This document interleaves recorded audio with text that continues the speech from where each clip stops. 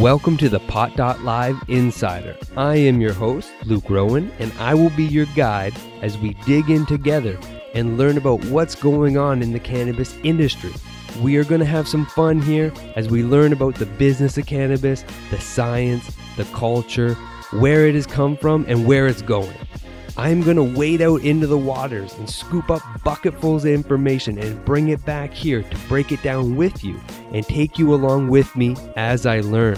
If you want bite-sized information about cannabis on a variety of topics so you can impress your coworkers or the stranger sitting a bit too close to you on the bus, then the Pot.Live Insider episodes are for you. Let's get this thing started. Let's go inside. Welcome to the Pot.Live Insider. I am Luke Rowan and I am your host. And I'm taking you inside to see if we can answer the question, are stoners lazy? When British cannabis enthusiast Roger Boyd decided he wanted to disprove the lazy stoner myth, he set his mind to an incredible feat, cycling for 2 years on 3 continents, 14 countries, and over 19,000 miles. Now, you might imagine Boyd is the type of man to go big, but he will tell you that he simply likes to do things properly. What's certainly clear, however, is that he has a passion for cycling, exercise, and cannabis. Before Boyd set off on his impressive journey, he was already striving to show that cannabis does not equal laziness. He started a website and a YouTube channel dedicated to his love of combining cannabis with exercise and adventure. He switched to vaporizing from smoking and hoped to set an example of how cannabis can fit into a healthier lifestyle.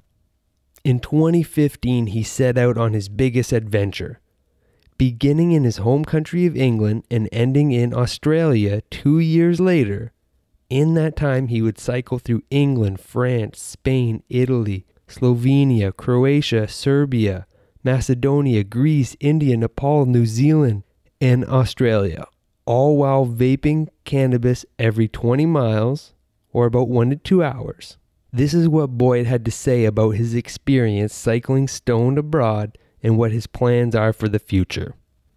While it would be easy to guess this adventure was a idea, Boyd says that there is no singular aha moment that he had. Rather, it was an accumulation of ideas. His love of cycling and adventure collided with his passion for a healthy lifestyle and cannabis. Thus, the urge to disprove the idea that stoners are lazy was born. Boyd says his packing list included clothes for all weather, camping supplies, cooking supplies, toiletries, first aid, electrical and mechanical supplies, food and water, and cannabis. Boyd says, I picked up cannabis as I went, sampling the local strains as I traveled, and sometimes it would find me, and sometimes I had to look for it, but we always managed to find each other. Of course, who would not be curious as to what strains aided in this incredible mission? Boyd says that in the UK, where cannabis is still illegal, he usually never knew the name of the strains that he was taking.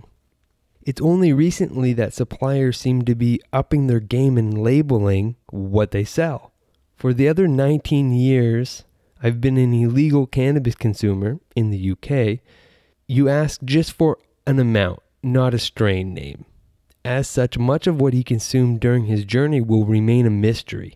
However, that isn't to say Boyd didn't come across some interesting strains while traveling, and a few in particular stood out. A friend I met in the French Alps sorted me out with some amazing amnesia haze, which kept me blazed for a month in Italy, he said. I had the best super lemon haze in Ibiza, Spain. Indica was all that was on the menu in India. Nepal delivered the best hashish I had ever inhaled. And Australia gave a great standard of what they referred to as hydro. Boyd says he made a lot of friends along the way, and many of these friends turned out to be great smoking buddies. I remember meeting some backpackers in the middle of nowhere on the Great Australian Bight. Very remote. And their faces when I offered them some weed vape were priceless, Boyd said. I made some good friends in southern Spain, and I toked up with the guru in his temple in India and loads of other people and backpackers along the way. Some of the best weed mates I made were in Croatia and Serbia. In Australia, I met so many weed enthusiasts. Loads of people I spoke to would pull out a stash of green from the car and hand me a bud. As for the country with the best cannabis, Boyd says Spain, Nepal, and Australia came out on top for stoned adventurers. But if he was choosing outside of his cycling journey, it has to be a tie between US and Canada. This is part of the reason Boyd has set his sights on North America for his next adventure. North America would be the dream, perhaps starting in New York and ending in British Columbia. Canada via Colorado, California, and Oregon. That sounds all right, said Boyd. And for how many miles he would bike this time? The only limit is funding. I worked, saved, and paid for the last trip entirely myself. I'd love to get a sponsor on board so this could be my job, and then I could cycle 100,000 miles and beyond. It's clear to see Boyd is ambitious, but he's also realistic. He doesn't pretend his journey was easy. I was nervous before I set off for sure, says Boyd. I'd done a bit of touring in the past, the length of the UK with a mate and lots of mountain biking both with friends and on my own. But it was a bit scary to be pedaling off without a clue as to when I'd be back. It wasn't any harder than I expected. The good days were incredible and the average days were still great. The hard days were indeed hard, but I learned that as long as I kept on pedaling, physically and metaphorically, I knew I'd get through them and things would improve, and soon enough, they always did. So what advice would Boyd offer to anyone interested in following in his tracks? Go for it, but cautiously. Don't go around trying to talk to everyone about weed with a cannabis leaf flag flying off your back of your bike and a joint hanging out of your mouth. That's assuming you're doing it somewhere where weed is illegal. If it's legal, do all of the above. Also, you should already be into riding a bike and cannabis. I wouldn't recommend doing this unless you're really into both things, said Boyd. Boyd also advises caution when choosing location.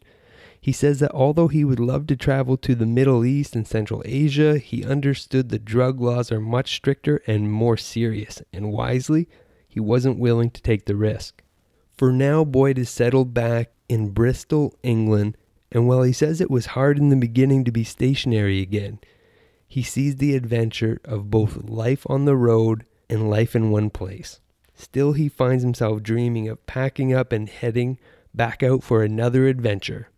It's no wonder, because when talking to Boyd, one thing is clear. He has passion, vision, and drive. You won't find a lazy stoner here.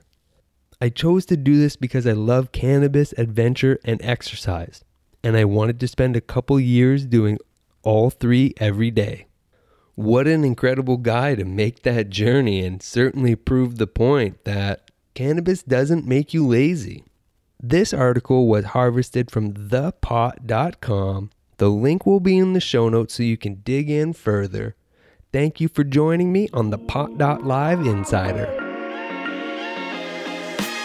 If you are into the recreational side of the cannabis industry, yes, stoners, I'm talking to you, then thepot.com is the online and mobile destination for you. That's right, THEPOT.com, thepot.com. Where else can you find the exclusive Pot Mate of the Month? Take a pot quiz and win prizes. Scroll through hilarious memes and jokes and check out the latest podcasts, news, and trends, all while having your own profile and voice in the Pot.com forum. Visit thepot.com today and get lit.